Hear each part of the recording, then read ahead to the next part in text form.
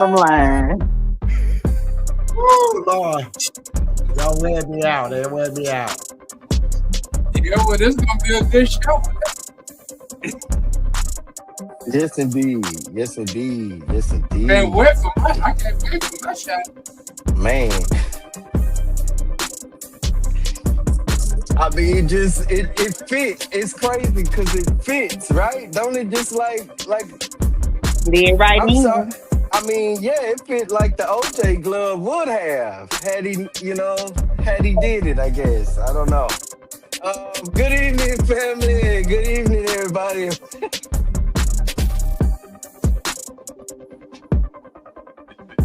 My bad. And welcome back to the Roundtable Talk Show on the Knowledge is Power Podcast Live. I'm definitely your host, Christopher Jones. And, and we are live, I promise. I promise. So y'all know we always have conversations backstage that Tony end up just surprising us with on the front side. So um but anyway, yeah, we like I said, we're live. We're live. So I'm Somebody, getting feedback. Somebody mute up. that was, Um that was Miss Kathleen.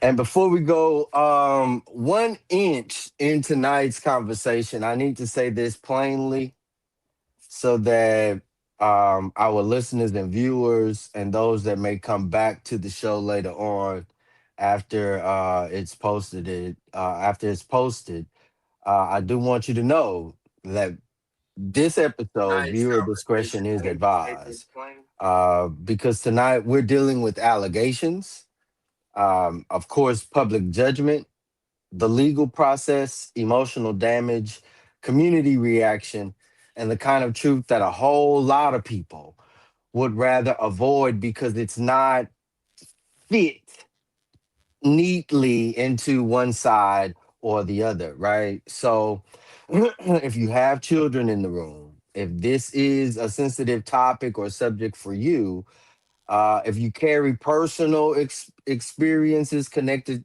to assault, accusation, trauma, or even public shaming, I need you to use your personal wisdom and judgment about how you engage in tonight's show. So I just definitely want you to know this is not a sensational episode. This is not gossip. This is not entertainment. This is one of those, excuse me, one of those episodes where you need to sit and just listen, right? Um, because tonight's conversation is not light in any manner. It is not casual, should be in some instances um, accessible to individuals, but it's not casual and it's not built for people who only know how to think in like insides, right? So tonight's episode, of course, it's called Accused, Cleared, and Still Judged. And let me put this on the table from the start. This episode is not about defending wrongdoing, right? It's not about attacking victims and or the victimized. This episode is not about telling people who uh, you should trust and or stay silent. This episode is not, hear me and hear me well, not about helping anybody dodge accountability. The episode that we're doing tonight, the reason I pulled out the table on this platform tonight, of course, we do have a special guest, but the topic at the table is what happens when accusation shows up before proof, right? When public opinion outruns the process.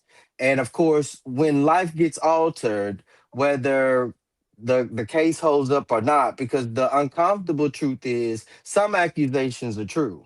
Some victims are real. Some harm is devastating and definitely permanent. And at the same time, some accusations are influenced from outside influences. Some are, you know, incomplete. Sometimes it's revenge. Sometimes the evidence don't hold up, right? some people are cleared, and even after they're cleared, they're still judged like the process meant nothing. The whole case meant nothing. That's the space we're stepping in tonight. Not because it's easy, but because it's necessary. Too many people do not know how to handle this kind of conversation honestly, right? And able to articulate meaningful resolve. How about it? We live in a culture where once a name, especially a prominent name, is attached to an accusation, people start acting like due process is disrespected. Questions are betrayed, are betrayal, and waiting on facts means you don't care. No, that's not justice. That's reaction, and reaction has destroyed a lot of people. And I definitely want you all to know it's not just the accused. It's sometimes the accuser, sometimes the families, the children, the friendships, the reputations, the church relationships, the careers or the jobs, right? The mental peace for an individual, even the way the whole community sees or receives truth, right? And by the time the legal system says what it can say, the public has usually already built a sentence of its own or built an accusation, a charge of its own. Some of us make a decision without evidence. That's what tonight is about, y'all. Me and my crew, the space between accusation and truth, that's what we're looking to reveal. The pressure that shapes public opinion, the people who exploit pain and confusion to build public case before the legal case is even settled. And sometimes that happens with your local tabloids, also known as newsletters or publications or newspapers. Again, I did say your local tabloids. The people who exploit pain and confusion, that's where most of these individuals lay. And so I need somebody to mute up. The difference between what a court can decide and what a community keeps carrying anyway is what costs everybody involved when we stop respecting the process, right? So tonight is not let's calm down um episode. Tonight is a sit still, hear this clearly, and stop playing with people's lives episode. That's what this is. We're working to go to work. We're going to go to work actually in of course, as you know, in 3 rounds. Round one, that liquor looks like or sounds like is named when a name is called. Round two, that liquor looks like process, influence, and damage. Round three, of course, that liquor looks like after the verdict, right? And so I definitely want y'all to know what we sipping on tonight. Drop your city in the comments, and I want you to be honest with yourself. Even if you don't type, if you don't type your city, where when you hear a serious accusation, do you really wait for truth, or do you start deciding? Let's cook up. Let me bring in my crew to the table. Dr. Campbell, say good Yes. evening to the people. Good evening, people. Absolutely. That's the sharp mind, disciplined voice, and one of the people at the table who knows how to separate emotions from evidence without being cold in a process. Dr. Campbell, welcome to the table tonight. Thank That's my you. big sister. Yes, indeed. Big bro, what's going on, Perry Buzz? But say good evening to the people, man. He backstage. Oh, man. Bring him back up, somebody. Our platform host, man. Y'all see who on the platform. Y'all see who at the table. Bear, say good evening to the people, man. Good evening. Tony got me sliding in like I'm Eddie King on the opening scene of the Five Heartbeats. Ain't nobody come to see you, Otis. Good evening. You know, Yes, indeed. I saw the private chat that you was backstage, and I said, "Why you backstage?" She was on front, and I got my mind on so many other things back here. But anyway, Yeah, I'm here. man. Glad to be here with the crew. Yes, indeed. That's the voice of the writer, analyst, and receipt puller. Perry has a way of listening to a case, a narrative, or even a public reaction, and ask the question most folks skip: what actually holds up here? Perry, it's glad to have you on tonight. Dustin, my little brother, man, my battle buddy. Say good evening to the people, man. What's up, people? Yes, indeed. That's the voice of the veteran, straight shooter, grounded voice. You understand? Dustin brings that real life lens to the table. Not how something sounds in theory, but how it lands in households, relationships, and even community conversations. When seriousness or serious accusations hit, Dustin, man, welcome. Thank you for being in at the table.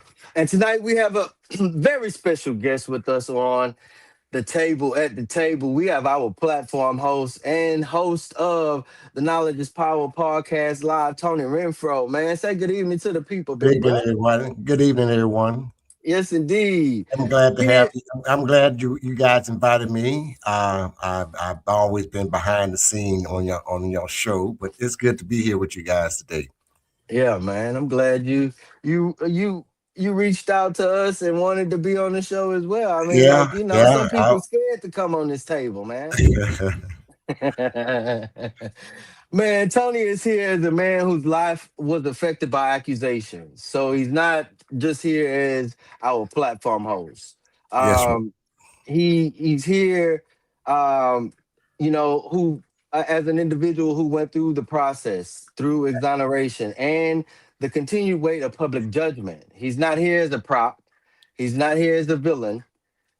He's not here as a shortcut around the hard truth. He's here as part of a conversation most people only know how to handle emotionally and almost never know how to handle honestly and shut down most of the time in conversation.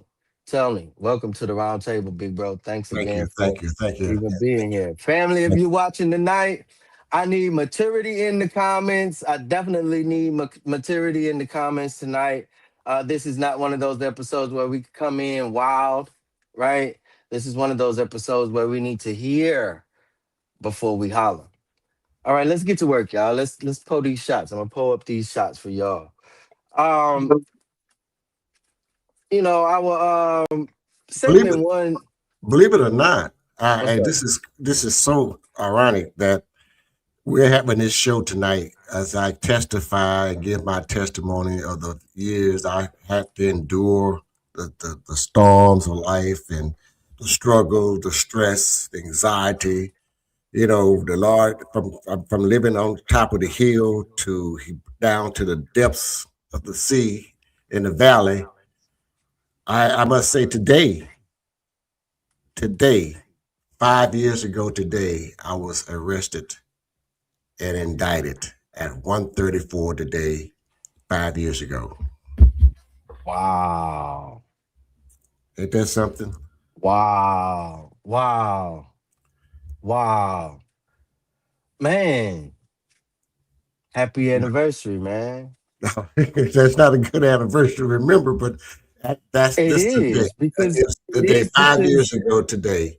yeah, it is because Uh, you went through it and you come out a totally different person. You've been tested, you've Yeah, been tried. it You know what was, I'm saying? And yeah. I understand that there's emotional and mental Oh, yeah. stresses that comes with that. So Oh, I yes. definitely want you to be able to tell your experiences. Yeah, You know what I'm saying? it was like I thought I was in a dream. I was sleeping. It was a dream, and I need to wake up out of this dream. And it was for real. Yeah. And I want to encourage anyone and anybody that could be going through a test. And that's it was a test. It was a big test. When the Lord give us a test, sometimes the test is small, medium, big, large, but bigger the test, the bigger the rewards. So if you don't, it built my faith. My faith was shattered, but I had faith, but it was shattered. It rattled me. I I had lost my mind that day of it, and I just like I can't believe this. Why would someone do that to me? And is why would you do that to me? Who would do this to me? But it's behind the story, and I'm here to tell it. And again, it was April 28th at 1:34 in the afternoon, 2021. I was falsely accused and indicted on false allegations of sexual assault to a child and continuation that was said happened 2 decades ago, which would have been, would have did not know. I didn't know anything about it. But it was planted by crooked politics, jealousy family members who pushed their daughter who was mentally uh, ill to that had mental health issues to make those false allegations. It was more of a personal vendetta. And the worst people can do it to you is your family. Man, man. Well, let And me hold yeah, on, go ahead. Tony. Go to show. Yeah, go to show. Yeah. Let me set up this table, man.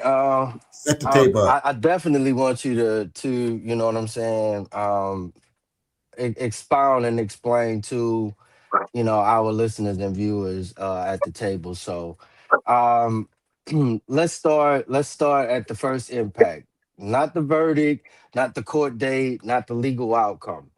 The first impact, the moment a name gets attached to an accusation, just like you said 5 years ago. Because if we're being honest, for a whole lot of people, that moment is enough. That moment by itself is enough. Right. Enough to whisper, enough to repost, enough to distance themselves, enough to start rewriting who they think the person is, right?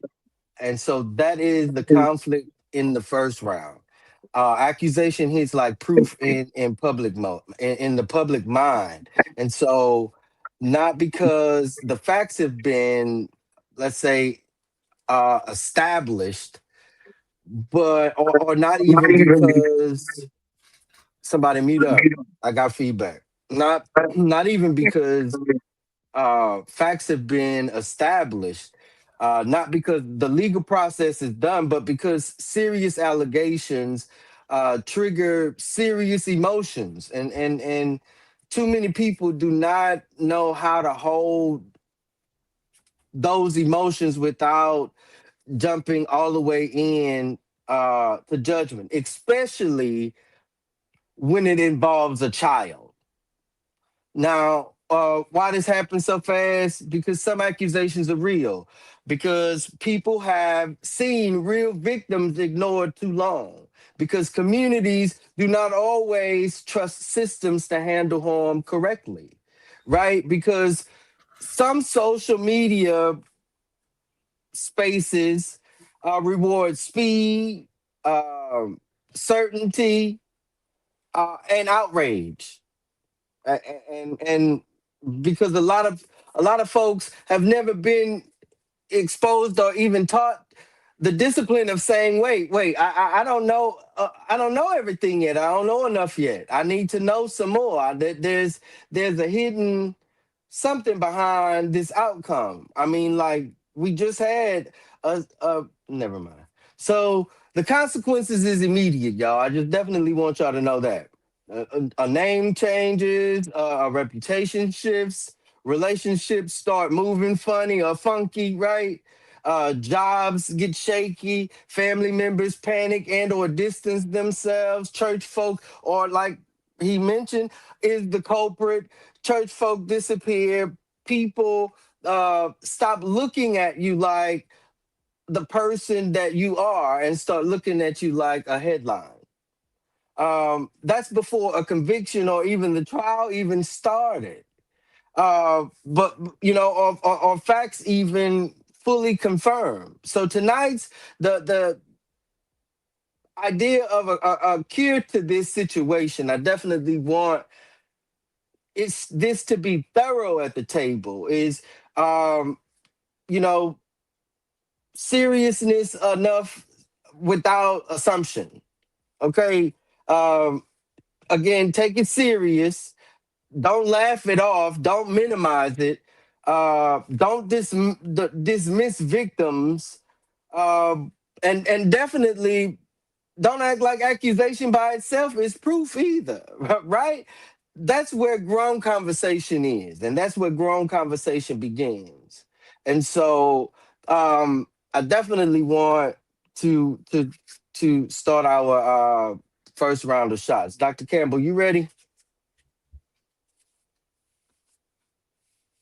Yes, I'm ready. Awesome, awesome. So it might be a little bitter. So take a mint or eat some bar nuts. What let me pull up let me get my notes because you're gonna come quick. I know it. You're gonna Dr. Campbell, what happens to a person the moment an accusation is made before any facts are confirmed?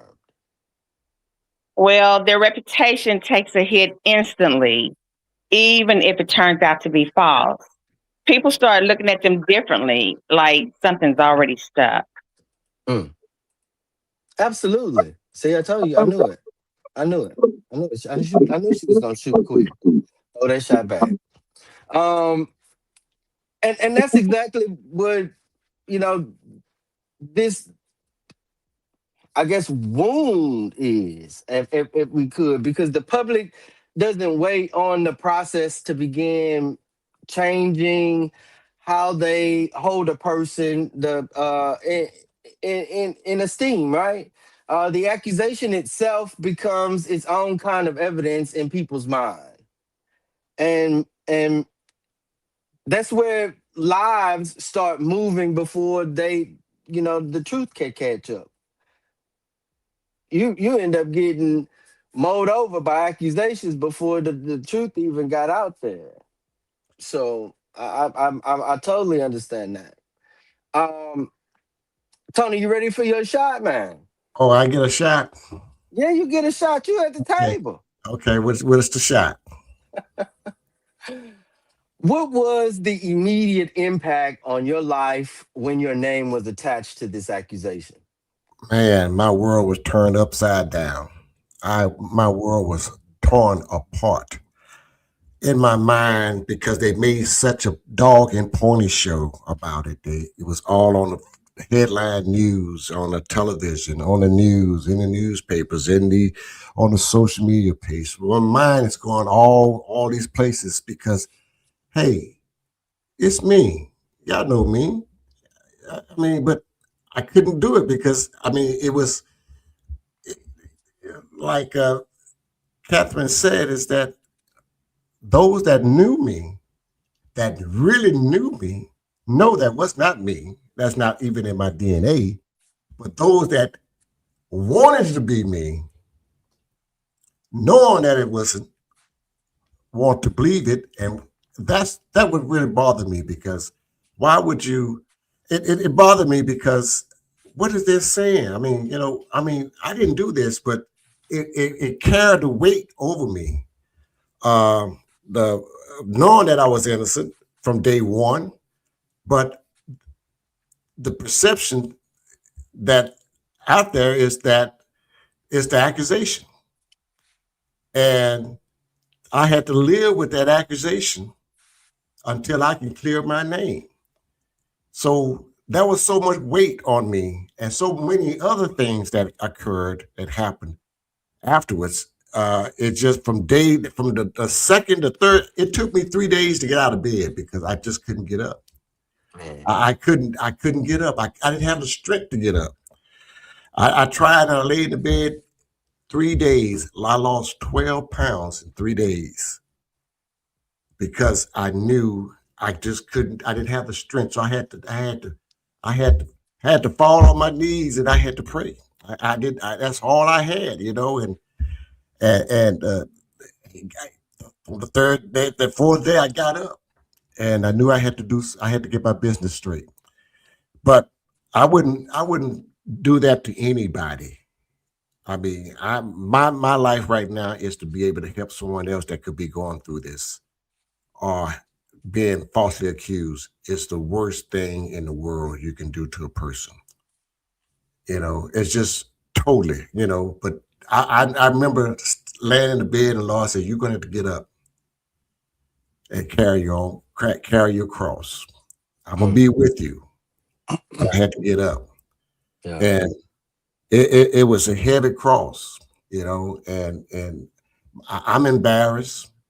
My family's embarrassed. My life is ruined. My name is ruined, because of this accusation. I'm going to say falsely allegations. And I even had to convince people that I knew me well that I didn't do that. I never would do that. And so it cost me and my family over $1 million through the 5 years of this indictment that that I had to go through, and Wow. it was mentally, it was, I mean, mentally I was drained, but Yeah. I got up and I said, I'm gonna keep going. I'm gonna live my life. I'm gonna do the things I need to do to get myself out of here. But when I first time I met an attorney for this, and I heard him when we went to court the first day for the whatever they call it, because I never had a traffic ticket, so I didn't know what the system is. And so I go there and they tell me, okay, we'll see you in 3 months. 3 months. So let's get this over with, But not to get y'all off the saddle is that it is one of the worst allegation that anyone can put on. It's just like a person could just say, "Hey, you raped me," but that's your word against their word, and you are charged, knowing that you don't know nothing about this, but that's your word against my word, but you are charged for it. So they never come to me and ask me. They say, I never got an interview. No one came to me. They just picked me up out of my office and walked me out the door. Man. And I had Man. I had customers sitting at my desk when they arrested me. And I thought it was a joke. I thought they were playing a joke because I'm always joking, picking with folks, meddling. And I thought this was I'm gonna play it out until they put me they put the handcuffs on me and walked me out the door and put me in the back seat and took me a ride to 69. I knew, oh, this is real. But again, for those who may be going through it, you're just going to have to stay strong, in prayer, and have faith in God, because I got put in a place that nobody could help me but God. But I remember the attorney and tell me stand up at the judge's desk and say, "Well, I know you didn't do it. You just got to go through the process. It's gonna be a process." In my mind, a process. Okay, couple of weeks, a month, I go through that. But I never knew that I'll be going through it for 5 years. The case was delayed for 17 times. When I finally went to court, I was the oldest person on bail. 1,731 days that I had to suffer. So you said you were on this case was, I mean, put Off how many times? 17 times. So much for a speedy trial. Well, the system is corrupt. The criminal system is corrupt. It is designed to put a black man behind bars.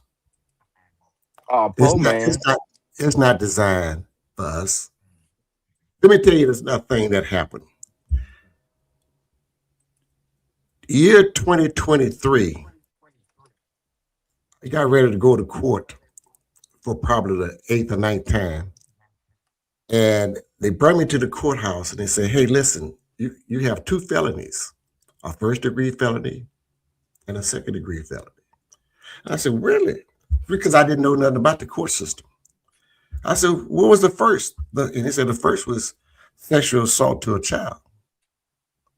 No, that's the second one. He said, well, what is the first degree? He said, sex assault continuation. I said, what is continuation?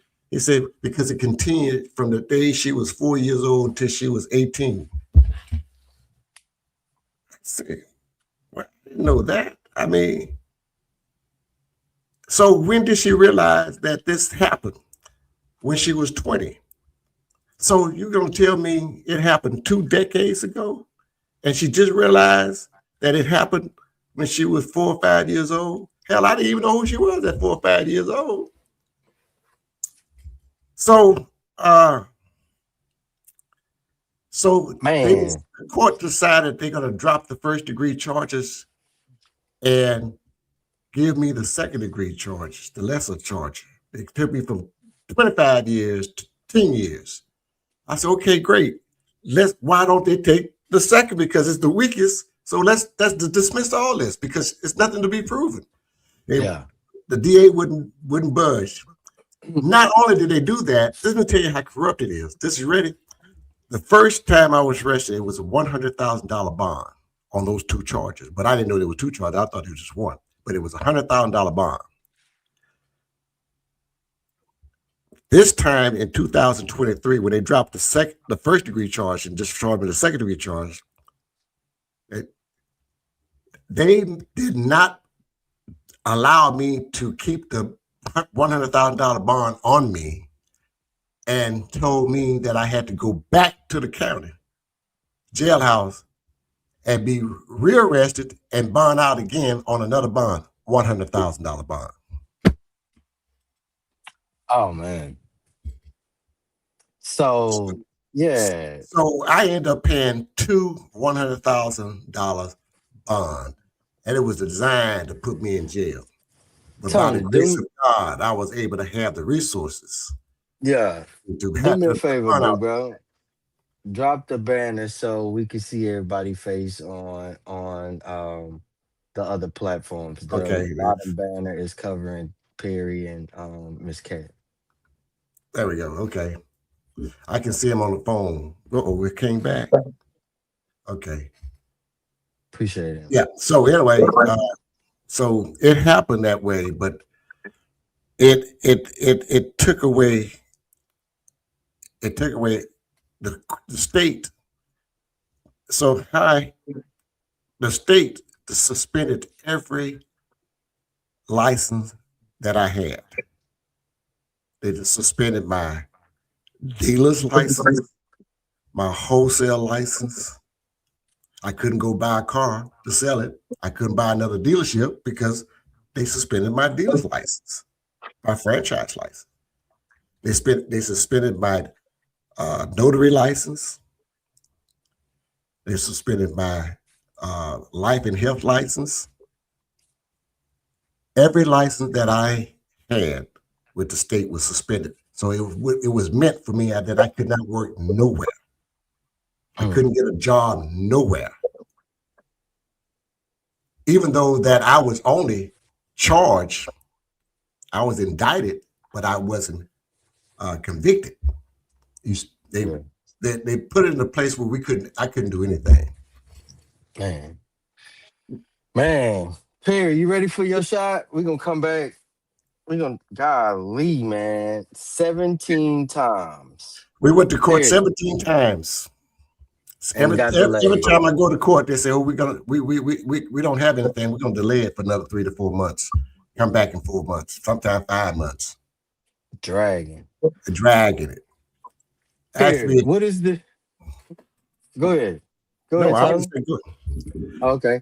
What is the difference between being accused, charged, and convicted? And why does the public treat them the same?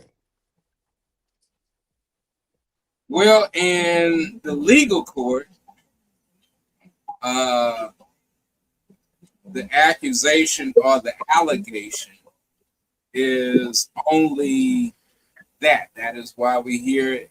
It is alleged. It is alleged that these things happen. Until a charge is made, and even then, when a charge is made, it's still an alleged incident Yeah. in the sight of the court. Um, and then from a charge to a verdict, of course, requires the court process. But in the court of public opinion, Mm-hmm. as you say, it's funny because two things happen in the court of public opinion. As Tony and as you mentioned earlier, in the court of public opinion, the bias prevails, and that bias works both ways. Mm-hmm. Those who hear the allegation and immediately say, "I knew that was true," or "Yeah, that's him, that's her," it sticks. As well as on the other side, those who see an allegation and refuse to accept any other process, even a charge or even a verdict, if there is some close alliance. And so the court of public opinion, is both a source of strength, but it can also be the crucible that you need even before there's ever a charge or a verdict that's even held against you. Absolutely. And so with that, and it's just not a matter of being a small town or a big city. I mean, we've witnessed this on a federal level, as we saw with the former lieutenant governor, who had an allegation that ultimately led to this brother's practice pretty much being defunct. Brother, what's his name? Justin Fairfax never had another shot at public office, and he spiraled out of control.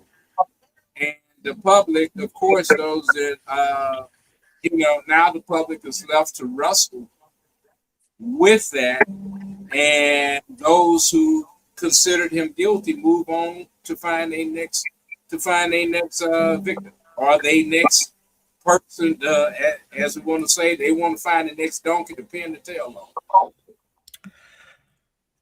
Man. Today I was watching the television today on the news, and where the grand DA office, the Department of Feedback. Justice. I'm getting feedback from somebody. Let's see here. Somebody mic is up. Okay. And the Department of Justice grand jury indicted the former FBI director James Comey.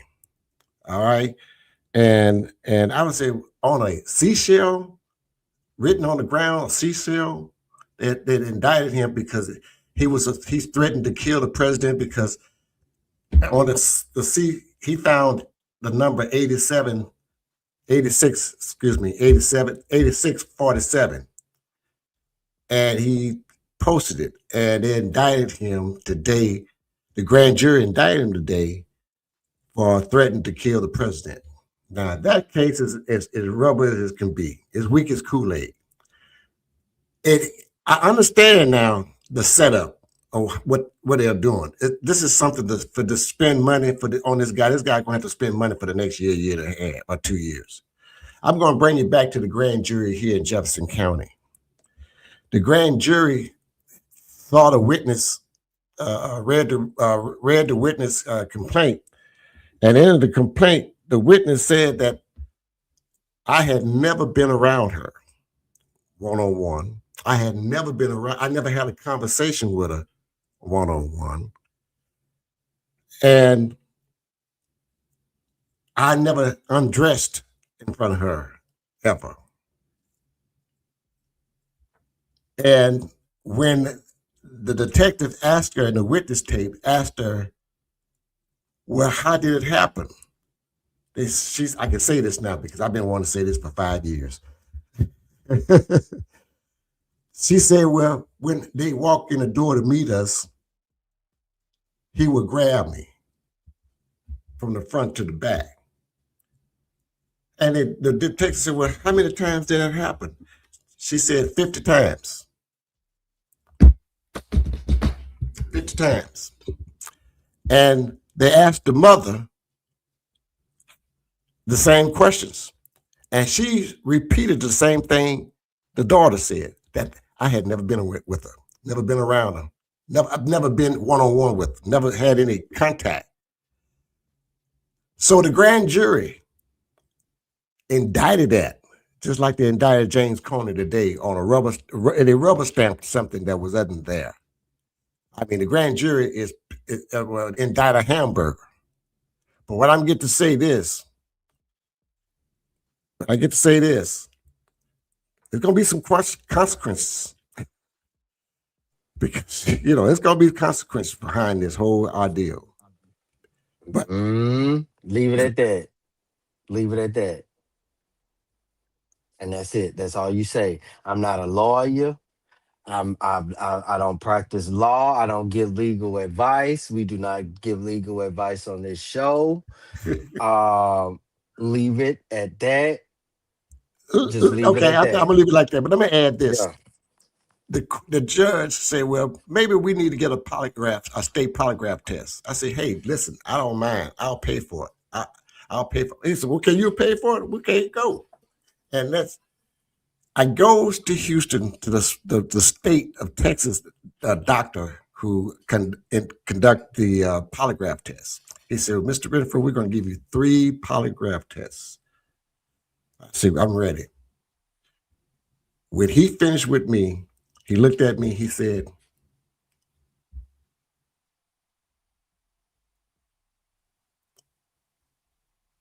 Mr. Renfrew, you did not do this. You passed all 3 polygraph tests. And the doctor said, now let me tell you this. It probably happened to her, but it wasn't you. It's somebody they were trying to protect, that they love. And so since you was the outsider, the one they dislike, we're gonna get you.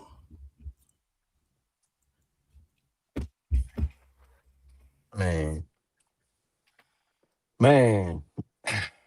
Dustin, you ready for your shot?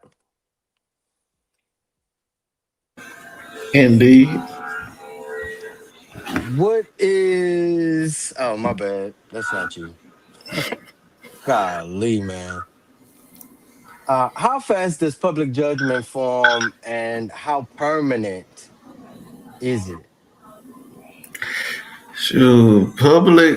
The court of public opinion will have you guilty before you even put your password in to log on. Because it used to be bad enough when rumors flew through from phone call to phone call, or you had to wait till you seen somebody to spread the gossip. Nowadays, Man, let me tell you. It don't take long. You on media takeout before you even brush your teeth good. Right. It don't take long. And they don't give a dang about the story, because even the news is on it now. Because you'll watch the news, they'll put a story out there without all the details, just so they can be first. And they'll start correcting stuff later. But that's what it is. before you could pick your phone up and find the app to see what somebody said about you, it done went to China and back. That that whatever they said you did. And you're gonna have a whole plethora of cruel people somewhere on the internet, either going to war in the comments on your side or going to war in them comments talking about you. Absolutely. Absolutely. Absolutely. I mean, because just like you said, like Dr. Campbell said, like, like Tony is explaining, a lot of people hear accused and emotionally translated to guilty, right? And then they hear charged and act like the case is already proven. And by the time the process plays out, um, especially for an extended period of time, their mind has already picked a side. That and not to be or sound offensive in my vocabulary, but that ignorance is expensive. That ignorance is expensive. And that's why this can't be treated like a small thing, y'all, because the court may take its time, and just like revealed, it may be 5 years, or even in some other individuals' case, it may be 10 years. And or you may have to appeal the decision that was made. Man, come on. Because Yeah. we're not taking our time to understand that process. The public don't. And what the public decides in like a weekend can stick to somebody for years, for decades. I'm just saying. Somebody pull me up. Well, Oh, you had, go ahead. Say well, something. I think about year one. Okay, year one was the hardest for me. I mean, I cried every day. I mean, I've cried every day. I thought about it every day. It was on my mind every day. And when I walk out in public, I'm one of the people saying, "Well, what looking at me like I'm thinking in my mind, this is what people are looking at me and saying, that's that guy who assaulted that child, and da da da da da." But I was so paranoid.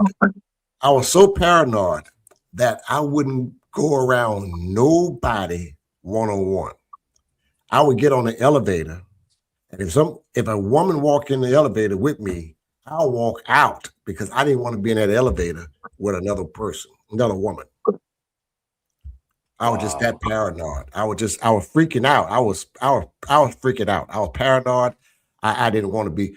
Children would run up to me, like they always have done, and I was so paranoid. I didn't know how to touch them or say anything to them because I didn't know what to do because I was so paranoid. And what hurt me the most is that I was so faithful, and I have raised and helped and been in everybody's life, children's lives all my life. And I've helped so many. I put clothes on their backs and food on their tables, feed their parents, feed their families. A good And steward. it hurted me. All the years I have done for others, for other children, to feed them, put shoes on them, bring them breakfast, or for 17 years, I bought the children at church breakfast on Sunday mornings. And because that was their only meal they was going to have. Some of them, that was their only meal they was going to have that day. And I thought about it. I said, now, why has this happened to me? Hmm. Why has this happened to me? I didn't do it. It hurt me because I thought I was being a good steward, but I had to go through this. I was chosen to go through this. This is what I had to do.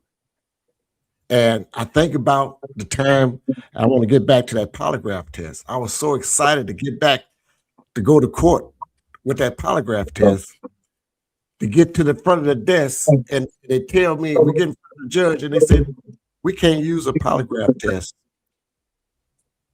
because it's impermissible in court. I said, but if I had failed the polygraph test, I would have been in jail. Wow. It Somebody works. pull me up. I When need did a real drink. Said what? when did Great accusation drink. alone become enough for people to decide guilt? Um, accusation became enough the moment people started, I would say, making immediate emotion for moral clarity. It's always been. Well, That's right. let me ask you this. Let me ask you this. Hold on, You, wait. Um, and and and and then what happened? Um, especially around the time it happened, people start believing that if they judge fast, they must be standing with some sort of righteousness, right? I mean, like, um, if they pause, they must be disloyal. If they ask questions, they must be protecting the accused, right? Or if they mention process, they must be undermining the victim. Yeah, people always Um, tend to lean toward believing the worst first anyway. yeah, yeah, yeah, they all that's automatically, But let me ask you this: when you first heard the news, I mean, all five of you guys here, all four of you guys here, what crossed your mind? What was think about it. But it taught me to stop judging people.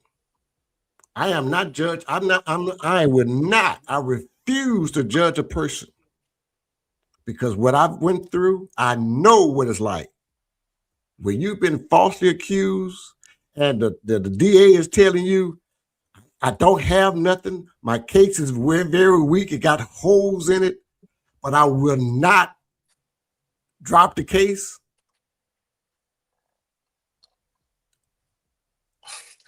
man, that is a dangerous way to operate and think, y'all. I mean, I just definitely want y'all to know because it turns all of this, everything that he is saying and like telling us about this process that they make some individuals go through, right? It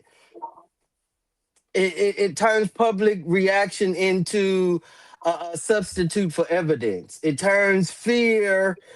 I mean, it makes fear personal. It turns it into certainty, right? Like, it creates a culture where people are no longer feel they no longer feel responsible for the weight of what they say once a name is attached to something ugly. And that's one of the reasons why I told him, I said, keep it right there, don't say nothing else. Again, I can't give nobody legal um, um, uh, advice or anything like that. And so keep it But, at that. yeah, but no, Especially once an accusation alone becomes enough, due process becomes a nuance instead of a necessity. Y'all, I mean, truth becomes whatever got there first at this point. Just like Dustin said. I mean, the damage starts happening before anyone even earned the right to make the damage permanent. well, we you what really really took. I had to get up every morning and Man, put a like smile on my face. you asked me a question. What I thought when the issue dropped. I'm getting a lot of feedback. Um, you I, asked me what I thought when it first dropped. First thing I said, because you have to understand, we were on the campaign trail not long before the story came out. right, And so I knew it then. I was like, especially the tabloid that posted it, right, right? It was the tabloid that put this out there, that at large candidate. I mean, Right. drug him for filth, and it exposed the bigger story of a move that was happening within the Black political community. Mm-hmm. A lot of Black people were on the ticket at the time, Mm-hmm. and if y'all can remember, there was a whole lot of going on that was going on. If I could recall correct, Gary's house was attempted fire. Tony, this happened to Tony. Some discrepancies sort of kind of came out of nowhere about Robin. I was getting death threats. So I mean, like, It was cars caught on fire in my right. driveway. So all of this was happening all at the same time. So I'm, for me, I almost did like you, Tony, like distance or walled myself from public engagement and being out in the public. But again, in the back of my mind, I knew I knew why they were coming after you. And at first I didn't know that it was uh family imposed. Until Mm-hmm. tonight, you know, the truth of the matter is that it was family influenced, and there's two victims that have been identified here: the young lady who was influenced and Tony. I mean, like, I can't. This is just public opinion. I'm sorry. Right. So, But yeah, go ahead. but what you hit a point there. What you said is that I had to put up. I had to put a smile on my face, and I got up and kept my head up and smiled on my face and kept myself together. It was Yeah, hard. I had cried before I walked out the door, but I had to keep going. I had to keep moving. I had to, every day I wanted to be myself. The most important thing what I wanted to do was to clear my name. I wanted of my course, name cleared of because course. I knew I was innocent from day one. But I had to go through this 5 year trial. Yeah, And I'm a much better person by going through it because I lost everything. I lost everything. My finance was taken from me. Not only did we lose over $1.5 million, we charged every credit card we had. We did everything we had to keep our child in college and uh, uh, uh, take care, be a daycare for my mother who had immediately went into dementia immediately a week or two after this incident happened. So I had to yeah. Out of move and go nowhere. and take care of her, Yeah, and all this was compounding, and it was every day I had to get up. I had to force myself to get up and put that yeah, smile on my face and keep moving because I knew one day I'm going to get out of this, but I didn't know it was going to take this long. And man. I watch how the Lord works up here, and I'll never forget your dad used to tell me. He said, he said, Tony, it's lonely at the top. He said, you're a special person, and you're gonna always achieve. But when you get to the top, you get lonely because nobody wants you up there. Mm. They're gonna come get you. But I'm gonna go back and think about what you're saying, Chris. Is that when that time I was running and you was running for office, and we had this power, we had a movement going. Perry was in the background moving. Everything was moving. Right, And it right. scared them. It scared them. It put fear in Yeah. them. They said, "Well, we got to go." Terry was We had a even movement going. We get the people to considering. the polls. We Yeah, get we had them trembling because they didn't want Terry in the race at all. right. So they was fighting us, and they said, "Well, we got to get them," and that's the way they got us. They found it. They found the leak. They got them to make the accusation. They forced their hands, I don't know what kind of money got put under the table. However Man. they had. Right. All right. It happened. Chat question. This is for y'all. Chat. And I definitely, we definitely do honesty here. When you hear a serious accusation, what do you assume first? Put a 1 in the chat for they probably did it. Put a 2 in the chat for if you gonna wait for the facts. Put a 2 in the chat if I wait for facts. Put a 3 in the chat. I don't, especially if I don't know what to believe. Put a 4 in the chat if you feel it depends. Drop your number, and I'm dropping that in the chat. The roundtable question for this segment, y'all, is how should people respond in the moment of accusation before the truth is fully known? Dr. Campbell, you have the floor. If you're the one accused, stay calm, stay I'm less. seeing them twos. Go ahead, Dr. Campbell. I'm sorry. If you're the one accused, stay calm, say less. Don't argue or plead. Just ask for a moment and get a witness or a lawyer. If you're the one watching, shut up and wait. You don't know enough yet. Doubt is free. Reputation isn't. Absolutely. Tony, you have the floor. Oh, where was your did you had to wake her up to give it Being woke, I'm just listening. I listen with my eyes closed. Listen. Yeah, y'all better know I Miss Cat run on this table because she listen with a keen ear. I was saying earlier, we lost everything but a roof over our heads. And by the grace of God, let me tell you, anybody, by the grace of God, we're still here. And I don't know how we got through this, because we would walk around this house crying among each other. Man. It was that bad, but God provided for us. We had food on our table. We had a roof over our head, and his grace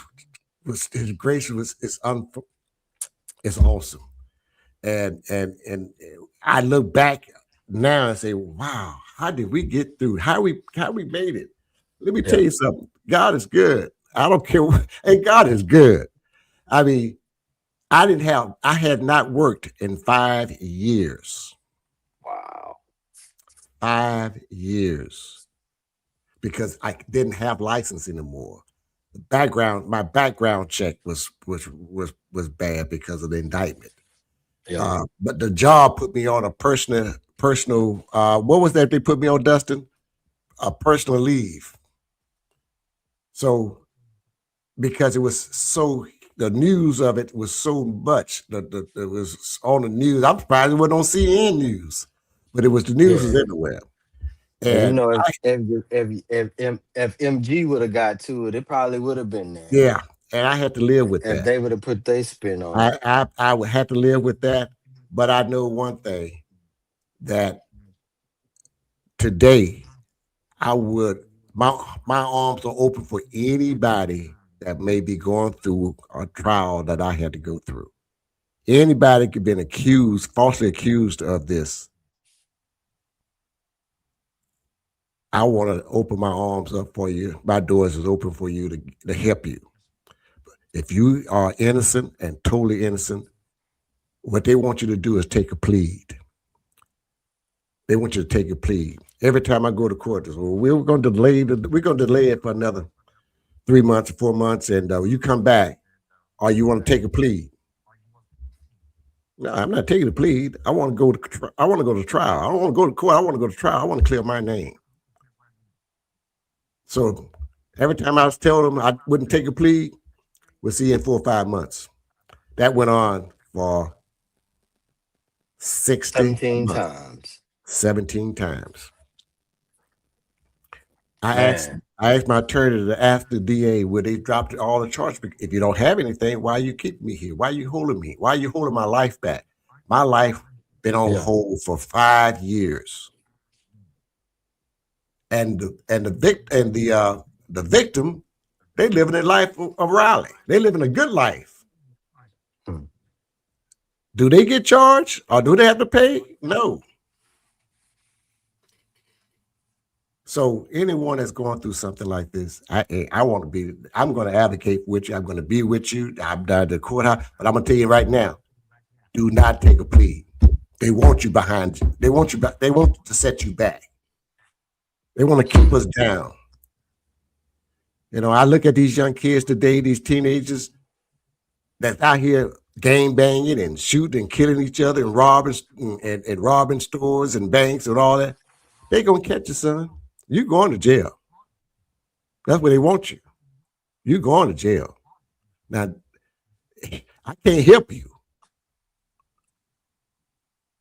Man. But those who are innocent, I would do that for you. I would help anybody to do that. I wouldn't want nobody to go through what I had to go through. Never, ever again. And I remember what the doctor said when I was taking that polygraph test. He said,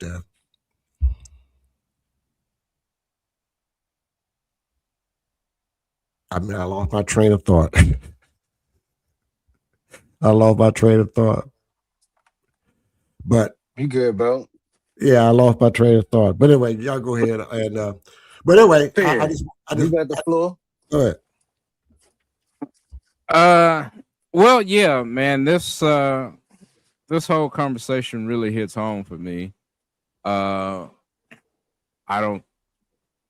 not really expressed it publicly. I think I've talked to Chris about it, but I've had 2 run-ins in my life with situations like this. One being an overcharge of a business deal that ended up in criminal court for no reason.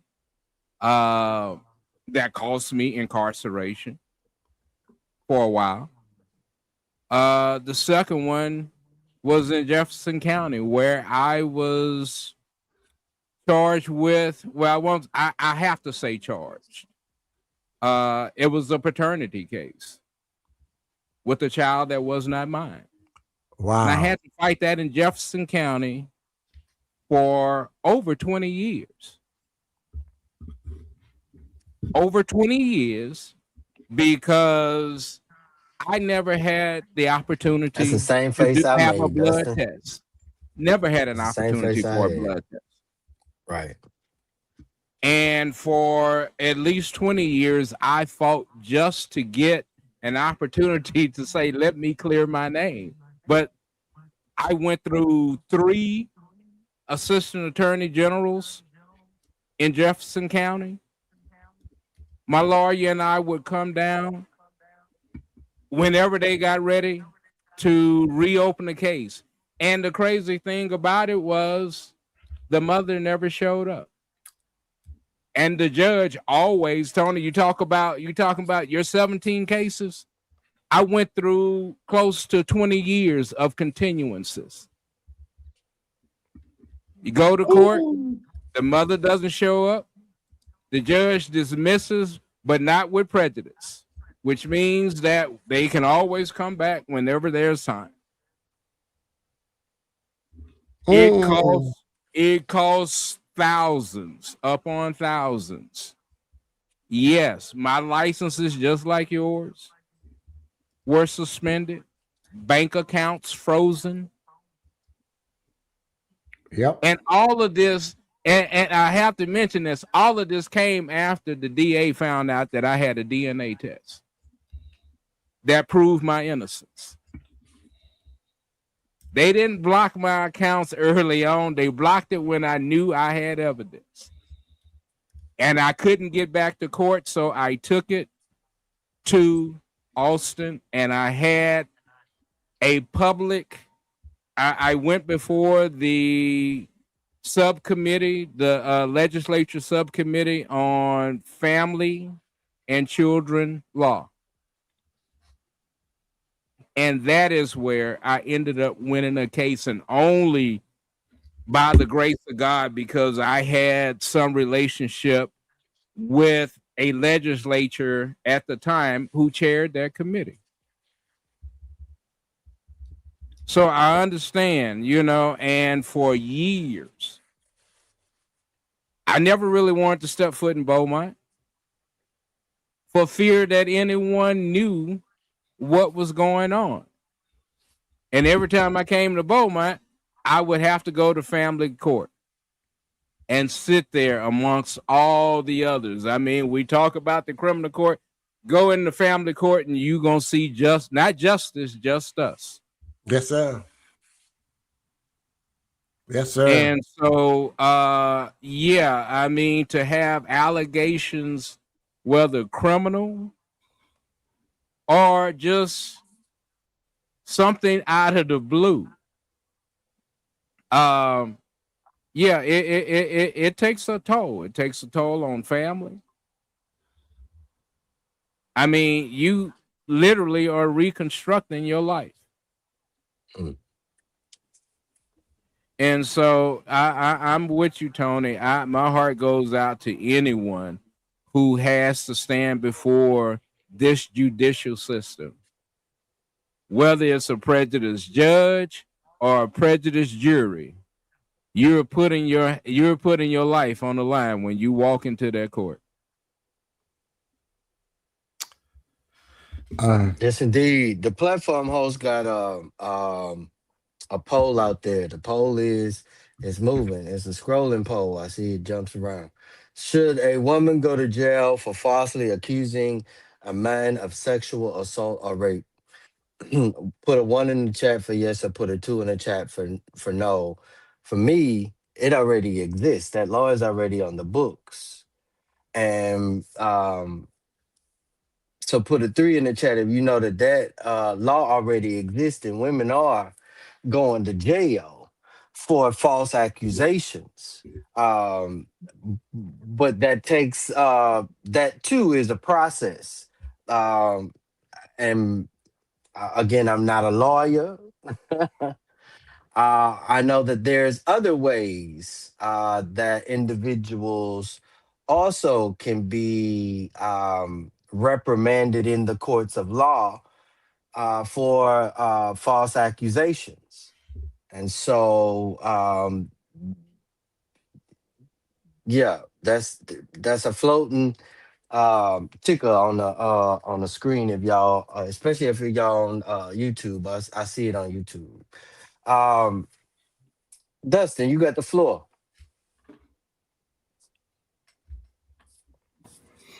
Well, as the man who was standing 10 feet away when everything went down. He sure was. It basically, when stuff happened, you gotta just step back. Cause you don't know what's going on. Cause I've seen law enforcement come to the dealership twice. At both times, I got a lawyer up for the person who walked out with him. So you just gotta step back. Don't assume, don't guess, don't try to be the first one to know information when you ain't even part of the situation. Just sit back and wait. The details will come out eventually. Just hold your horses. You ain't gotta be the first one to learn something. Cause even if you is, you ain't gonna do nothing good with it. So just sit back, relax. Cause I'll tell you, cause my dang desk was a beehive for the next goddamn 3 weeks. Hey, you heard from Tony? What's going on with Tony? What's going on with Tony? Hey man, what's going on? What's happening with Tony? What's going on? What's the word? What happened? I don't know. Go ask Tony. Yeah, Yes, that was very embarrassing to me. That was the most hurt I've had some pains before, but this was the worst pain I ever had in my life. But I kept believing. It taught me through this 5 years. It taught me patience. It taught me to be patient. It taught me to have faith, even when my faith got weakened. I had to just stand on faith. I just say, Yes, Lord, indeed. how we gonna pay these bills, and how this gonna happen? And every time, right on time. He's always right on time. That is, and I cried all the way to till I was to the probably close to the 4th year of going through it, and I just kept believing that I'm going to get through this. I had some prayer warriors with me, and I communicated with those, and they taught me who was with me and who was not with me. Who was on my side or who was wouldn't on my side. Things like this destroy families. I watched this. I watched this deal destroy a beautiful family. The gatherings we used to have, and the fun we used to have, and the smiles and the laughter and the good times we had. It was a beautiful family, and when the devil gets involved, he comes to what, Miss Cat?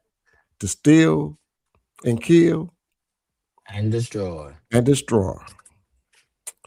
And it destroyed a beautiful family. We would gather as a family at least once a month. I mean, just everybody just coming together, and it divided the family. It split the family in half. It was just crazy how one lie, can tear up a family.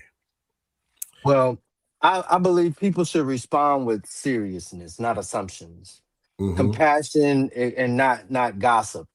You know what I'm saying? Discipline and not recklessness, and and and uh, uh, and especially have some certainty about it, right?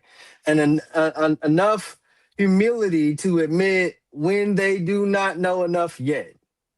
That is the more But reasonable, I, grown response, or you know that I could give. Take allegations seriously.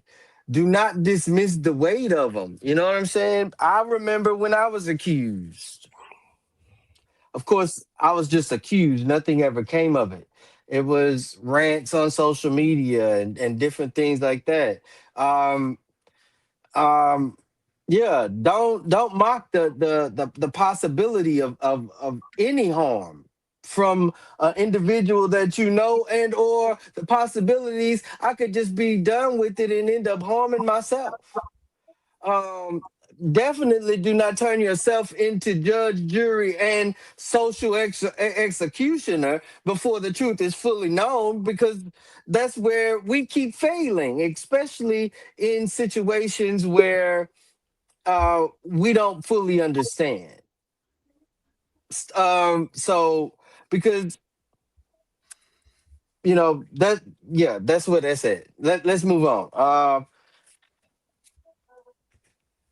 Segment two: process, influence, and damage. Title on the screen is definitely the. I mean, I'm sorry. Title on the table is definitely what the legal system does, what the public system, what the public does, and what gets broken in between. I definitely want us to try to dig into this segment, because it does go into the legalities of certain things, because the legal system is not built to give emotional closure. It's built to apply legal standards, evidence, burden of proof, procedure, process, like mentioned, a threshold. That doesn't mean the system is perfect. It just means, um, actually, it doesn't mean that the system always protects victims correctly, even if you think about it. It doesn't mean guilty people never walk or innocent people never get crushed. I just definitely want you to know that. What it does mean is the law has a process, and the public then often believes that, like, this process is just a technicality standing in the way of what they heard and already decided, amongst themselves. That's the conflict. Pressure, narrative building, half information. I didn't want to cuss, Dr. Campbell, because the half but was coming. I almost said it. People repeating stories without knowing what's documented, right? And what's assumed. people using social influence or political influence, as has been identified in this particular situation, family pressure and emotional force to shape how others interpret a case before evidence is fully vested. I mean, damage starts socially before a system has even finished legally. These are some of the repercussions an individual will face from day one. I mean, isolation. He said it. He said it. Mental strain. He said it. Financial hits. He's going through it. He's trying to recover. I mean, reputation collapse. Or if it didn't collapse, it makes you as a person feel as if so it has. And a person may still be crying or carrying all of that, even if the case falls in their favor later on. So that's why this round matters, y'all. Because if we don't understand what the legal system can and cannot do, then we are going to keep expecting the public to get justice right while acting or acting with almost no discipline at all, no court or legal knowledge at all. So let's go to our segment 2. Perry, you ready for your shot, man?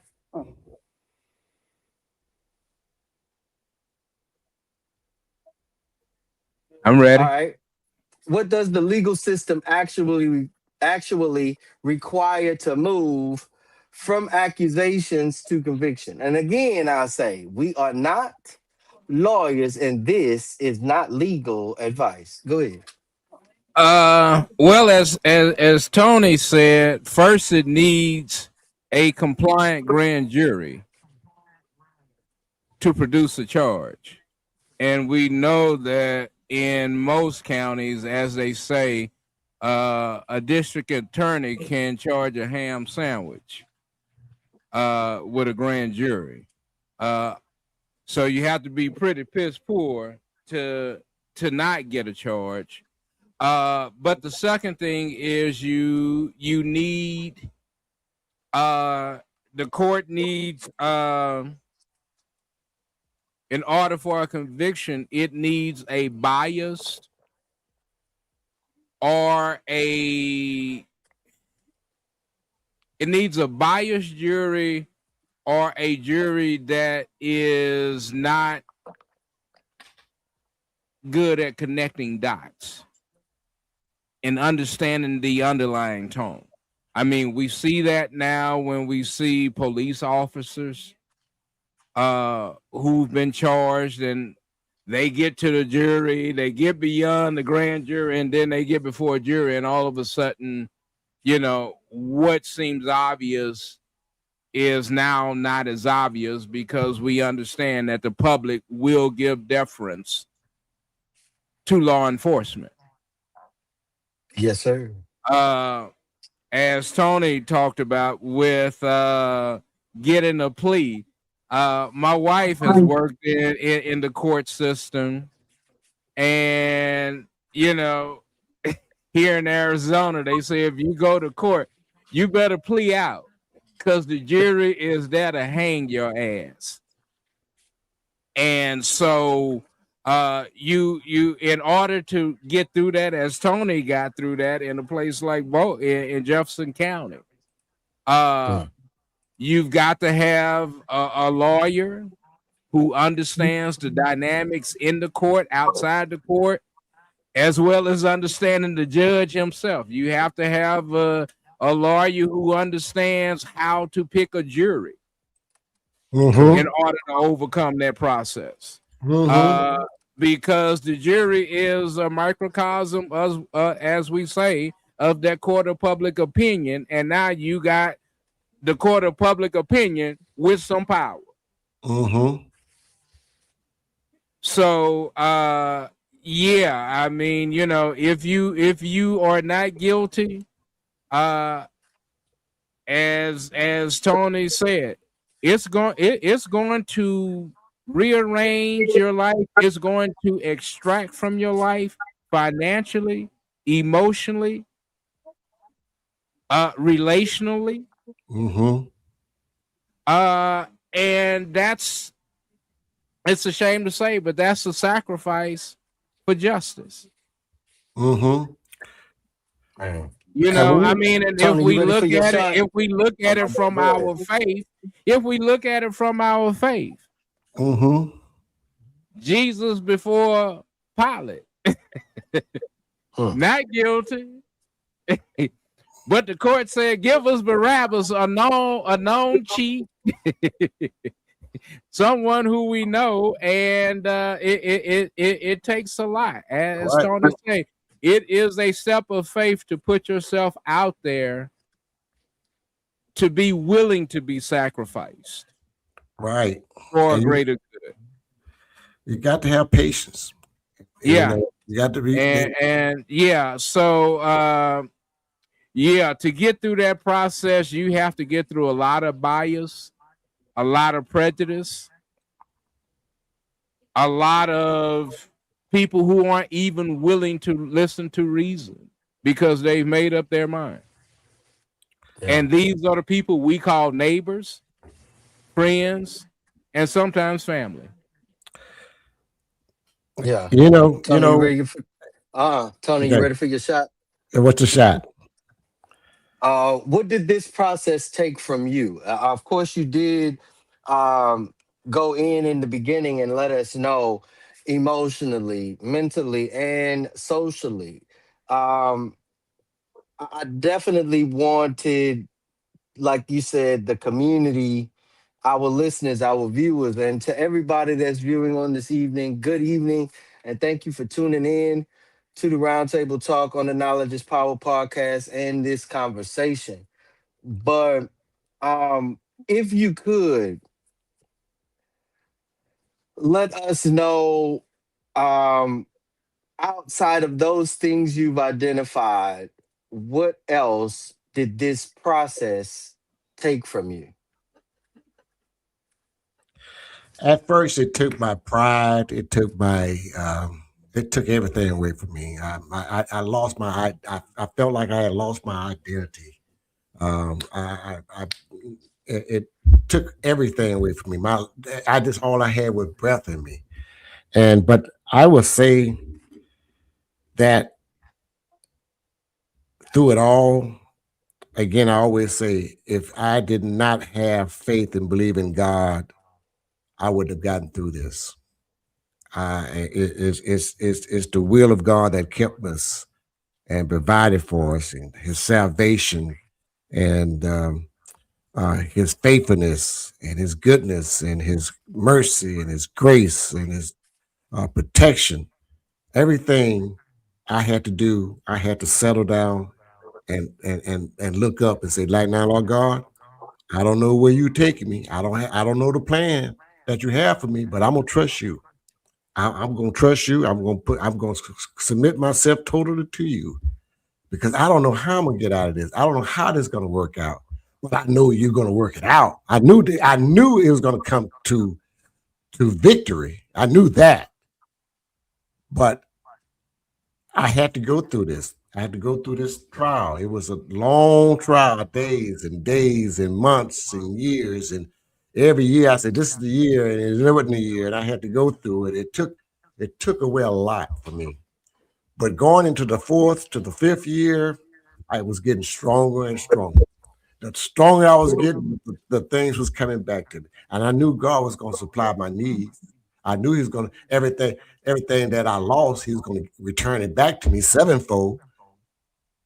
I knew that because that's His promise. So I kept on, and I just felt my smile got better. I got to feeling better. It took me a hard time to go back to church. I mean, I had to fight, beat myself up to go back to church. I didn't begin to go back to church after my mother passed away. And after she passed away, I moved back to Beaumont permanently back home from Houston, and but I kept the podcast going. At one time, I had to completely stop because I just didn't have any energy in me. I didn't have it in me to do a podcast. It didn't. Everything started coming back to me. My life started coming back to me. But let me add this to you. It took so long. This indictment took so long to take place, to go through, that God had already wiped the thoughts from everybody's mind that it ever happened. I would tell people about it. They said, "You mean that's still going on? I thought that been going away. I thought it was been over." But that's what he did because he knew it was a lie, and you knew it was a lie. Y'all knew it was a lie, and he just Hey wiped that man, off the mind. You know. when you call me, I mean, in jubilee about the case being dismissed, I was like, "What you mean? I thought it already been dismissed." Well, I know it's been that long, and I kept on, and I just kept on living. I just kept. I thought I Now, was locked down. You know what I really? especially y'all, especially if you were paying attention to the case and you heard some of the testimony or were able to get some of the transcripts of during the case, even when it was being put off. I mean, yeah, like I said, I knew it was fishy when Oh yeah, when it it had came big out. holes in it. But it had big holes in it. But this is something I want to say before you all close. We ain't closing. We Oh, got more got to close. shots. You Okay, didn't held us on. let me tell everybody how my name was cleared. When we went to, Trying to put us off our show, That's in and the here it next is. section, right? huh? Huh? How his name was cleared is in the next section, right? Okay, In part Correct. okay. Yeah, I was about to say, let me I do don't. that shot. Dustin, you ready for your shot? I forget that's the way y'all format is. I'm sorry. I'm used to being on mine. I just go for it. Man, we got structure over here. We got shots. What damage happened socially? Don't Dustin, get what drunk on damage? your shots. Don't get drunk on your shots. I promise. What damage happens socially before the legal process is even complete? Well, the damage that happened, you can see it in any case, depending on what your skin tone is. You're guilty. I don't care what they accuse you of. If you look a certain way, you're guilty. And Guilty. if the situation that you're involved with happened to somebody, they gonna automatically assume you're guilty, and everybody know them gonna assume you're guilty. And so basically, that old innocent to proven guilty only works for a certain hue of folks. Everybody else, you got to prove that innocence. Hmm. So, like I said earlier, before you can even type your login on Facebook, Instagram, Twitter, whatever social media platform you want to be on, Yes, you are guilty until proven innocent. Mm-hmm. absolutely. Just know that. Absolutely. Especially if you poor or like he said, you have a hue. And that's the punishment a lot of people never account for. The social punishment, the relationship punishment, the mental punishment, the one the public gives out for free. How about it?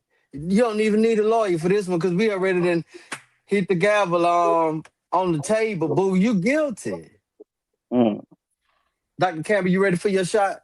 then How do how do we acknowledge victims while still respecting due process? well, you believe that someone feels hurt, but don't believe that means someone is guilty. Mm, Listen without lynching. Support victims by taking claims seriously. Then let the process prove the facts before you pick a side. absolutely. Absolutely. That's balance right there. Because people act like those two things are enemies and they're not. They're You not. can you can take, you can take harm seriously and still refuse to throw process in the trash. I'm just saying. Um, Pull me up somebody. So, What does exoneration fix and what does it leave broken? Exoneration fixes your legal situation or your legal standing, right? And Mhm. that's about it. And then after that, you got to go through the fine. You got to comb everything. It's like having, and excuse my expression or my analogy, it's like having lice. You got to you got to go through a whole process. And then eventually you got to go through a whole nother treatment to make sure that the lice don't come back. Mhm. And so in this particular case, it may clear the charges. It Visual. may remove the immediate legal threat, right?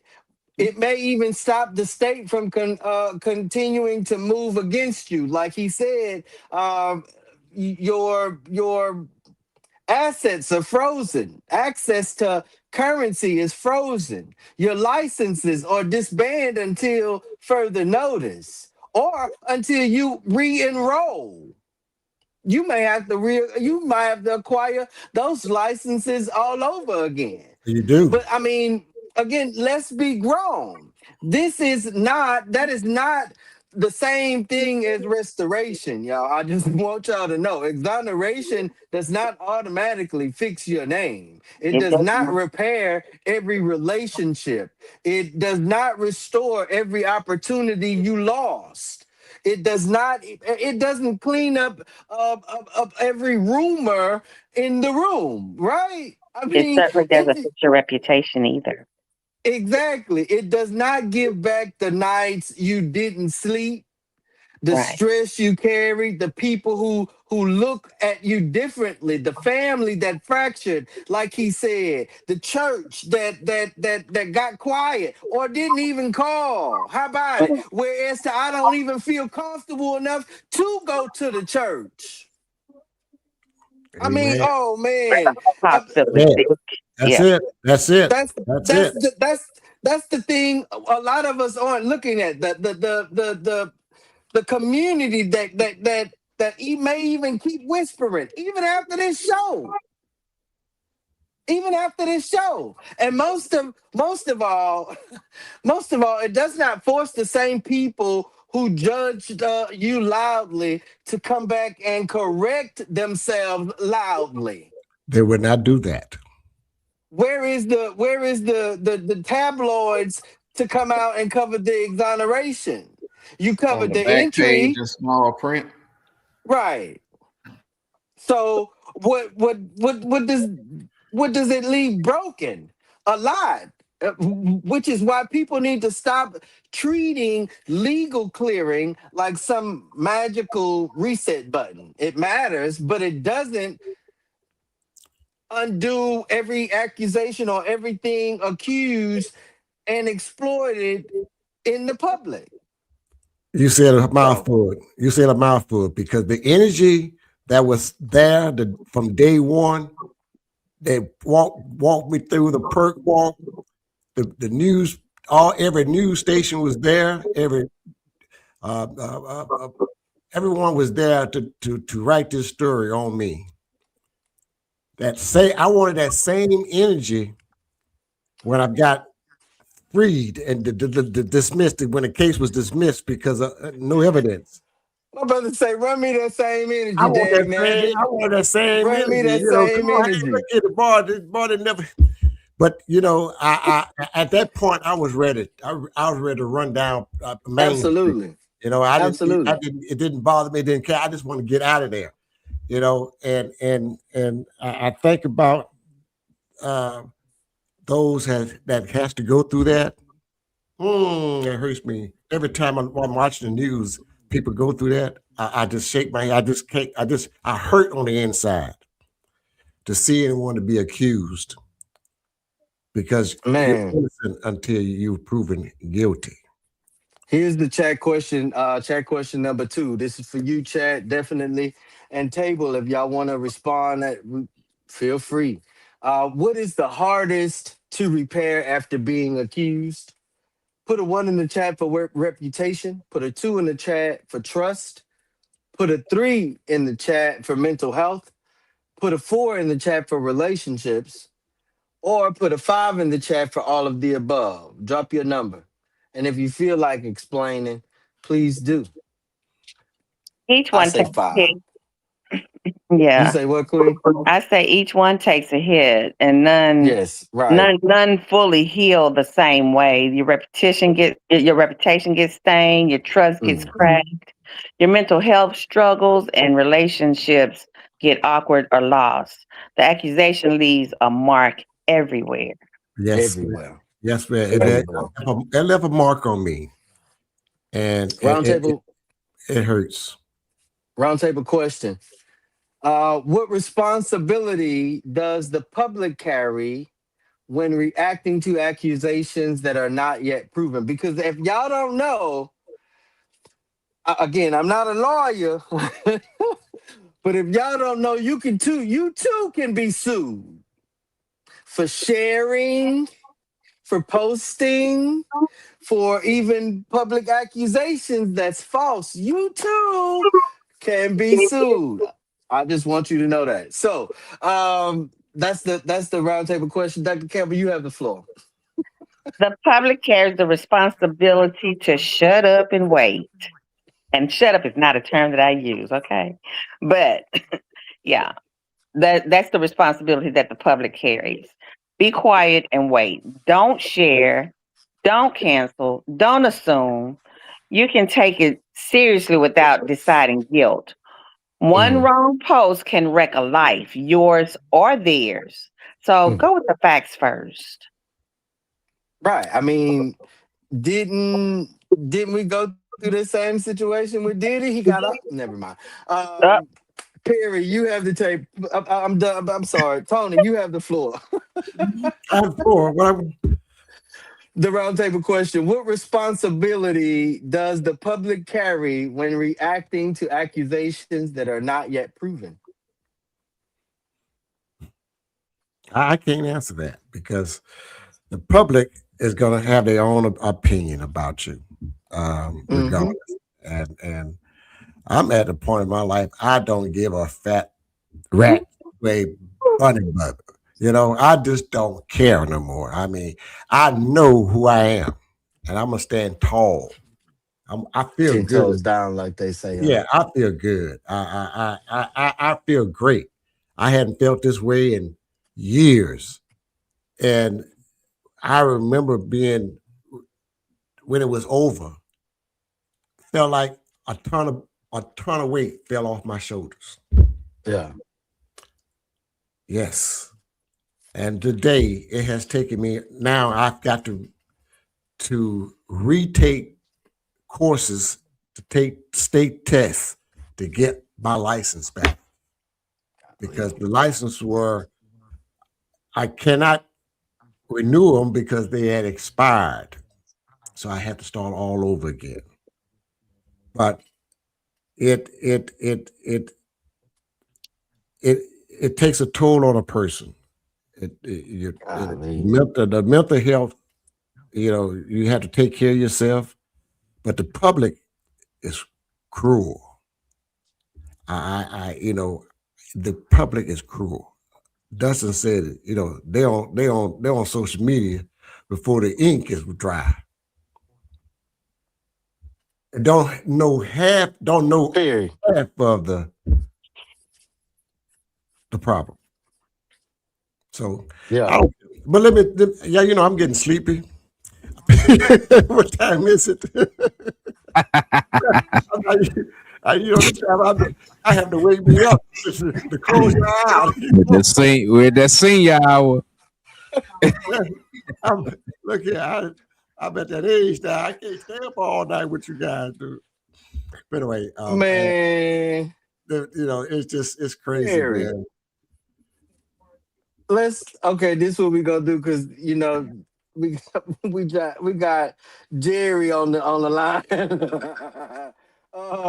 Jerry done popped up on y'all saying, man, mm, Perry, go ahead, respond to the second roundtable question. Dustin, you could get it after him, and then we gonna give give our close for the week. Yeah. I will tag along with Dr. Campbell. There's an old saying that says any dog that'll take a bone will carry a bone. Don't be that dog, Don't be that dog. as well as, I mean, even in support, again, going back to Job friends was there to support, and Job got so tired of them, he had to put them out. Mm-hmm. Mm-hmm. So even in our support, as Dr. Campbell say, shut up. Reserve it to the end. If you got an opinion, write it down. Go in your closet. Go wherever you need to do, but don't carry that bone. No. Yeah. Dustin, you got the floor. It's like everybody's saying, I don't know if y'all caught the theme, but the theme is shut up. Because I don't know if y'all know, keep up with the news, but there's a lady, let old Cardi B, every penny she make, dang near for the rest of her life, because she wouldn't shut up. She had to keep talking, keep putting stuff out there that could be true, couldn't be proved to be true. So that makes it a lie. And you ran with it, and now you owe her every penny you make, your kids make, and their kids make until she's paid off. Until she Whichever paid one off. comes first. Until she paid off. I believe, especially when it comes to the responsibility of the public.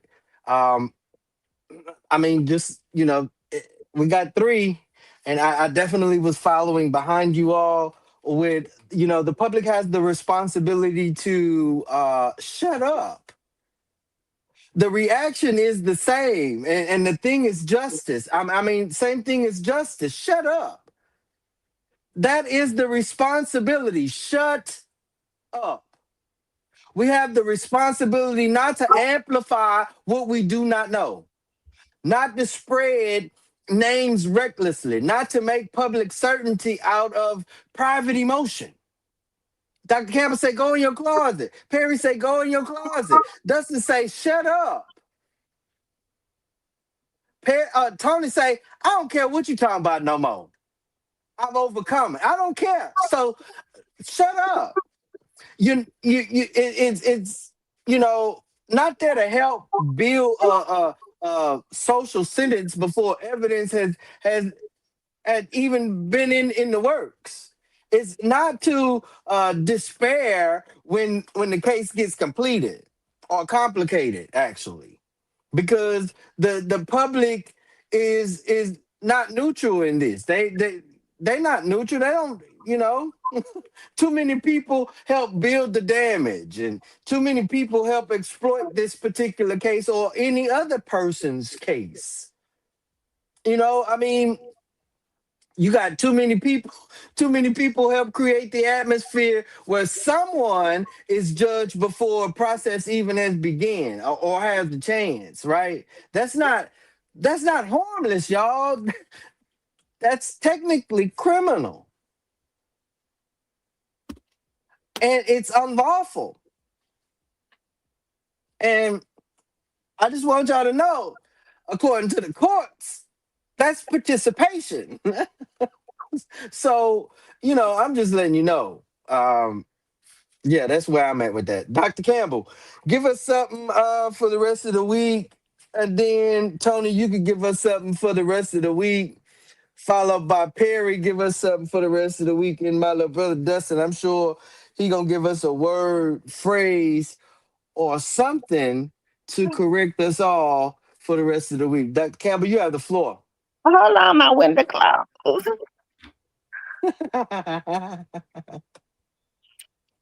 Okay, hold on 1 second. Okay.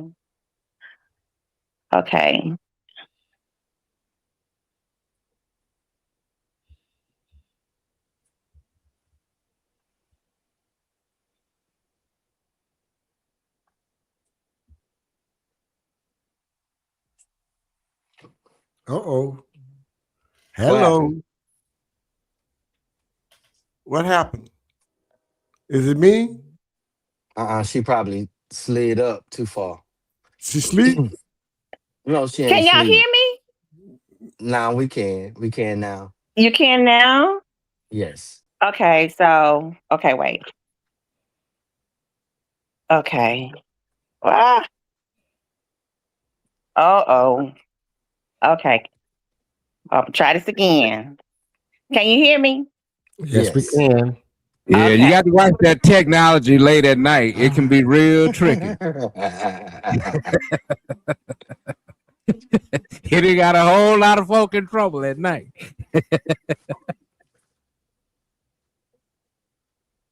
We can't hear you. You went mute again.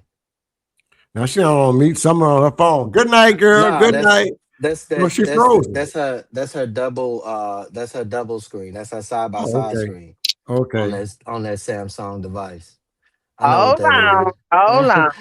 So in the meantime, Perry, let Miss Cat get her stuff together. Perry, go ahead, give us something for the rest of the week. I mean, Tony, Don't. my bad. Yeah. Tony, my bad. Go ahead, give us something for the rest of the week, and then we go come back to you, Queen. Okay. Go ahead, Tony. What is that? Give us something that's gonna last us for the rest of the week. That could be whatever it is that you want us to know that will give Well, us encouragement all I can and all I can say is to those who uh, that may be going through any trials, tribulations, health issues, uh, bereaving, lost your parents, lost your parents, those who are in the criminal system, your kid has made a mistake, and um, those who are in the hospitals, who are uh, on their last breath, those are people who are going through things right now. I just give it, be encouraged. Just be encouraged. God is in control. that's how you give us something for the rest of the week. Don't ever ask that again as much as you've been on this show. Oh man. Perry. Give us something for the rest of the week, man. I know they say what doesn't kill you makes you stronger. Mm, I not sure. I'm not sure if that's always the case, but I do know it will make you wiser. It will make you patient. It will mm. give you empathy. Um, going through, listening to Tony, and even having gone through what I've gone through, there's a way that we can kind of joke it out, but that joke is our pain and it's our ease and it's our way to uh, express wisdom uh, for those who are going through Mm. and those who are on their way to go through. Because in this life, you're going to go through something. Yes. There will be tests. How we come out of it through faith, through grace, through mercy, but how we come out of it is really up to us, and how we come out of it and what we come out as is more important than going through the process. It's how we are, it's how we look at this in the post Yeah. that matters most. So I'll leave you with that. Absolutely. Dustin. Or Miss Dr. Campbell, you ready? I'm ready. Okay. Dr. Campbell, you got the floor, Queen. Okay. An accusation is not a verdict, but try telling that to a reputation. So wait for proof, not panic, because people can make your reputation, but you make your character. Mm-hmm. Absolutely. Dustin, you got the floor. Well, I'm back. Today we're gonna be going over CWS, Celebrity Worship Syndrome. It's an obsessive addictive disorder where a person becomes overly involved in the personal life of famous figures. The latest one I've seen the last few days, I tried to avoid it, but stupidity knocked on the door and told me the answer. So apparently there's a large group of dumbasses, I'm just put it that way, out there that is got that CWS between Megan Thee Stallion and Klay Thompson. So they are planning as a group of hundreds of women that they all gonna go mess up their relationship and cheat on their significant other because Megan got cheated on. Please come close to the camera, little stupids. Your man ain't Klay. Damn sure ain't Megan Thee Stallion. You gonna go sit your dumb self down somewhere before the next video gonna be you talking about, I don't know why that man left me. You know why. Because it started with Hot Girl Summer, and now it's this foolishness. I'm getting caught up in these celebrity lives and live yours. They don't even know you. They don't know you.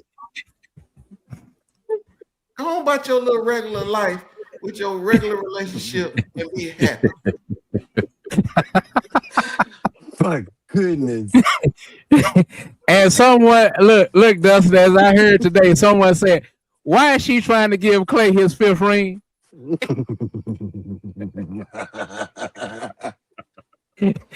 Just scandalous. Just scandalous. Oh my goodness. Family, tonight was definitely an epic night, but it was not about I didn't want nobody to be comfortable at this table and or those that are watching.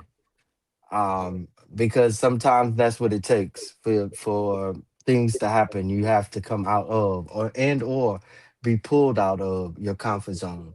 This was about discipline, y'all. This show was epic again to me. It did not ask you to pick a side. It asked you to grow up and even to shut up, especially if you don't have a clue about what it is that you're talking about. To understand that accusation is heavy, truth is heavy, evidence is heavy, damage overall is heavy, and public reaction carries weight whether we admit it or not.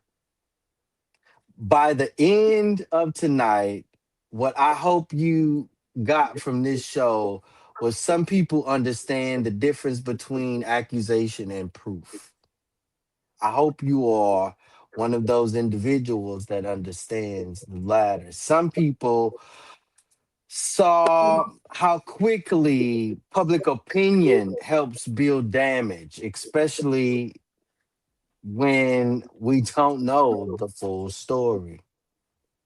Some people heard clearly that being clear does not mean being restored. I heard it. Um, some people finally took seriously the role communities should play in exploiting, amplifying, and hardening a case before the truth is fully exploited or even known. Now, let me leave you with this. I got three moves that you can carry out into the next week. Um, the first one is stop repeating serious accusations like they are entertainment. If you do not know, say you don't know. That's the legal that I promise it will keep you safe on all fronts. Two, learn the difference between accused, charged, convicted, dismissed, acquitted, and even cleared. Every last one of those words means something totally different in the court of law. Process matters, especially if you are not guaranteed a speedy trial and you're going to court for 20 years or 5 years on a situation that has already been evidentially dispounded. Make that make sense. And number 3, if you judge somebody too fast, have enough integrity to correct yourself with more than silence after that individual has been exonerated or all of the facts have been laid out. To my co-host, Dr. Campbell, Big Bro, Perry Busby, Dustin Harris, Libra, Big Sis, Tony, man, you came with that. At the beginning of the show, and I definitely appreciate you willing to come to this platform, which is yours, but at this table under under me. You know, a lot of people scared to come to this table, man. I'm just saying, but I definitely want to thank you for sitting in a conversation that is difficult and is very much so necessary. And everybody watching on Facebook and YouTube, especially our new family on Roku and everywhere else, you are locked in from wherever you are. Thank you for being, for being willing to think deeper than the first headline and the first emotional reaction. This has been episode 38. I'm sorry, episode 58. You heard it. Accused, cleared, still judged. Until next time, respect process, tell the truth, and stop playing in people's lives and in people's face. And as y'all always know, stay prayed up, stay prayed up, stay prayed up. Thank y'all for watching. God bless. Good night.